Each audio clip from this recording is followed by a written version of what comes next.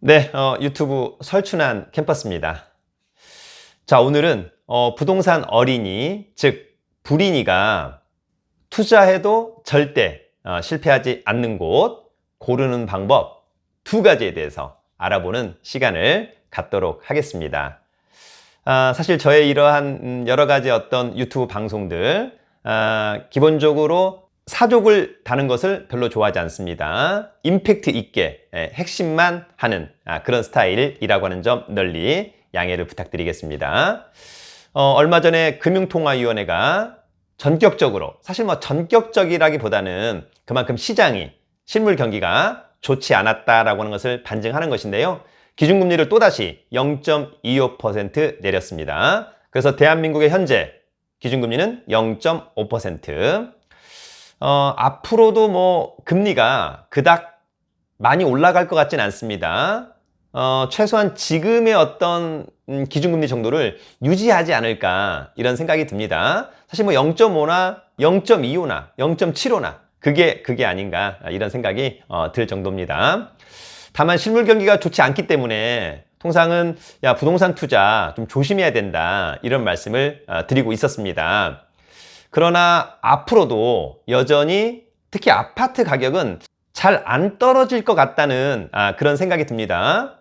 가장 큰 이유는 뭘까요? 네, 아무래도 양적 완화, 풍부한 유동자금, 지금 막 떠돌아 다니는 돈이 거의 한 1,400조 정도 된다고 합니다. 이런 돈이 과연 어디로 갈까? 뭐 은행에 가서 예금하기에는 워낙 저금리다 보니까 하지 않겠죠, 여러분? 네, 하지 않을 것으로 보입니다. 그러면 어쨌거나 투자를 할 것으로 보입니다. 그러면 좀 안전하면서도 좋은 수익률을 기록할 수 있는 그런 곳은 어딜까? 뭐 여러분도 아시다시피 가장 중요한 두 곳은 아무래도 부동산 시장 그리고 주식 시장이 될 것으로 보입니다. 그러나 이제 볼륨적으로 놓고 본다면 부동산이 약 90% 정도를 차지할 것으로 보이고 투자처로서 주식은 한 10% 정도를 차지할 것으로 보입니다. 그러면 우리는 어떻게 해야 될까? 여전히 투자하는 여러분과 저도 부동산과 주식에 대한 포트폴리오를 잘 구성해야만 한다. 이렇게 정리를 하시면 좋을 것 같고, 저도 투자를 부동산의 한 7 정도, 주식시장의 한 3 정도의 포트폴리오를 구성하고 있습니다. 사실은 돈이 나오는, 즉 수익이 나오는 곳이 상당히 다양화되어 있어야 한다. 자, 그러면 불인이도 투자해서 절대 실패하지 않는 곳, 여러분 과연 어떤 곳일까? 첫째, 더블 역세권 주위의 부동산을 투자해라. 둘째, 더블 역세권이 될 지역의 부동산을 투자하라. 오늘의 핵심은 바로 이 두 가지입니다. 자, 불인이가 기본적으로 다른 어떤 전문가들이라고 하는 사람들, 야, 어디를 투자해라, 왜 투자해라, 이런 거에 휘둘리지 않고 본인 스스로가 자생력을 기르면서 투자할 수 있는 방법, 그리고도 안전하게 투자할 수 있는 방법, 바로 더블 역세권 주위의 부동산을 투자해라. 더블 역세권이 될 지역의 부동산을 투자해라. 굉장히 중요한 부분이라고 봅니다. 그러면 여러분 대표적으로 사실 뭐 서울 같은 곳이야 전 지역을 뭐 투자해도 나쁘지 않다 이런 말씀들을 많이 합니다만, 가령 대표적으로 제가 임장을 가장 많이 가본 곳 중에 합정역 상당히 매력적입니다. 그래서 합정역 근처에 아파트 또는 오피스텔 또는 상가 상당히 매력적이다. 최근에는 꼬마 빌딩과 단독 다가구 주택에 대한 관심도 상당히 많이 있습니다. 특히 합정역에서 도보로 한 5분에서 10분 이내에 가장 인기가 많다. 특히 2호선과 6호선 또 상당히 매력적이고요. 기본적으로 자차를 갖고 이동하기에도 너무너무 좋은 곳, 사통팔달. 여러분 합정역 상당히 매력적이다. 두 번째는 군자역 상당히 매력적입니다. 기본적으로 5호선과 7호선, 5호선은 여의도로 간다라고 하는 점, 또 종로로 간다라고 하는 점 강점, 일자리가 상당히 많죠. 그 다음에 7호선은 강남으로 간다라고 하는 또 그러한 강점이 있는 곳, 군자역. 군자역은 그러나 아직까지는 개발이 잘 되어 있지 않다라고 하는 느낌이 없지 않아 있습니다. 그런 곳을 선제적으로 투자하는 것도 저는 개인적으로 나쁘지 않겠다 이런 생각이 들고요. 세 번째는 사당역. 네, 사당역 하면 여러분 교통의 요지 중에 요지, 그죠? 4호선과 2호선 너무너무 좋은 그러한 역세권입니다.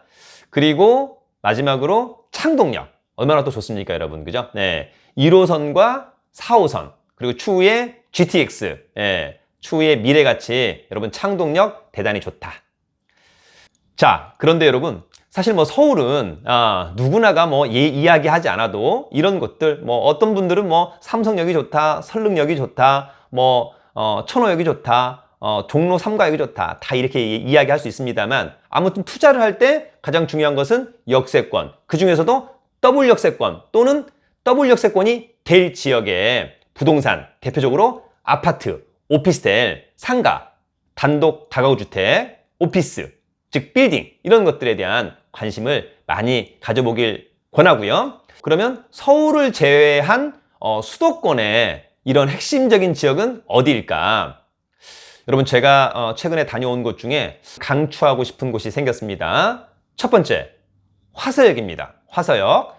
여러분 현재 화서역은 1호선밖에 있지 않습니다. 제가 예전에 갔었을 때는 조금 그렇게 좀 완벽하지 않다라고 하는 그런 느낌 있었습니다만 특히 이제 철도가 또 지상철이잖아요. 그래서 또 양쪽으로 갈라지는 이런 부분들. 그래서 썩 유쾌하지 않았습니다만 이번에 제가 1년 투자클럽반 학생들과 다녀온 화서역의 미래가치는 상당히 좋다.